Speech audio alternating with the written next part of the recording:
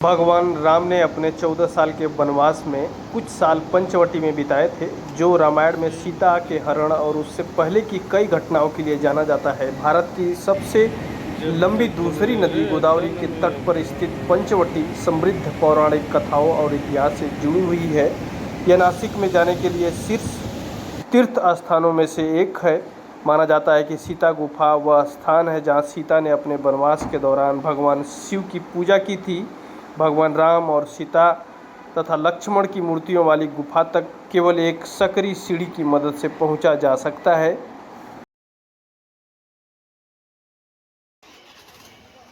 ऐसा माना जाता है कि भगवान राम के 14 वर्षों के दौरान लक्ष्मण और मां सीता नासिक के पंचवटी क्षेत्र में रहे। पूरे पंचवटी क्षेत्र लगभग 5 किलोमीटर में फैला है। पंचवटी का शाब्दिक अर्थ 5 बरगद के पेड़ है। ये 5 प्राचीन बरगद के पेड़ अभी भी सीता गुफा के आसपास स्थित हैं और संख्याओं के साथ चिन्हित हैं, ताकि आप उन्हें आसानी से पहचान सके। नीचे एक बरगद के पेड़ की तस्वीर है जो सीता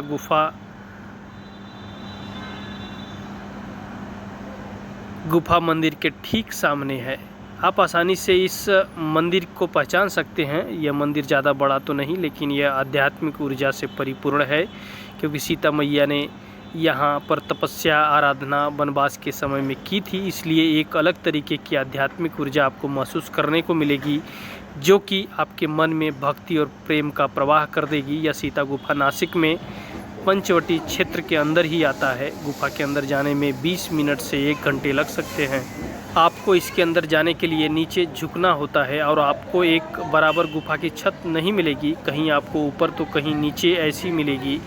इसलिए ज़्यादातर लोग कदम पर बैठते हैं और गुफा के अंदर जाते हैं। गुफा की ऊंचाई लगभग 2 से 2.5 फीट और 3 फीट हो सकती है। आप जब अंदर जाते हैं तो ये छोटा होते जाता है। बहुत मोटे लोगों या जिन लोगों को सांस लेने में गुफा के दौरान तकलीफ़ होती है, उन्हें बहुत समस्या हो सकती है।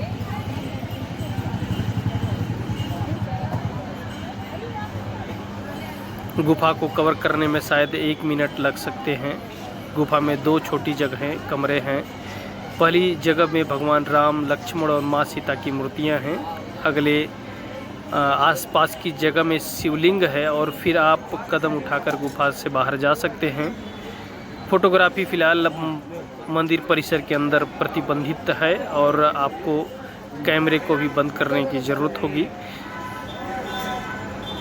इस जगह को और अधिक देखभाल और सुरक्षा की ज़रूरत है। आपको चप्पल बाहर ही उतारने होते हैं और ये चप्पल निकालने की कोई विशेष व्यवस्था नहीं है, तो आप इसे बाहर ही रख सकते हैं। गुफा के परिसर के पीछे थाली भोजन लगभग 60 रुपये में परोसा जाता है।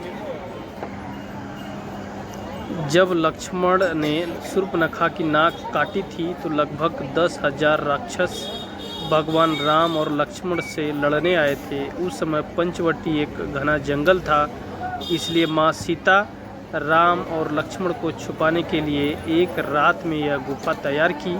एक पहचान चिन्ह के रूप में उन्होंने 5 बरगद के पेड़ लगाए थे। 5 बरगद के पेड़ अति प्राचीन हैं और आप इसे मंदिर के आसपास ही देख सकते हैं। ये रहे 5 बरगद के पेड़। सीता गुफा रामायण में एक महत्वपूर्ण स्थान रखता है, जो आधुनिक हिंदू धर्म की कथा के लिए एक महत्वपूर्ण महाकाव्य कहानी है। यह अनिवार्य रूप से सीता की पत्नी का अनुवाद है, जो रामायण के नायक और अयोध्या के सिंहासन के उत्तराधिकारी राम की पत्नी थी।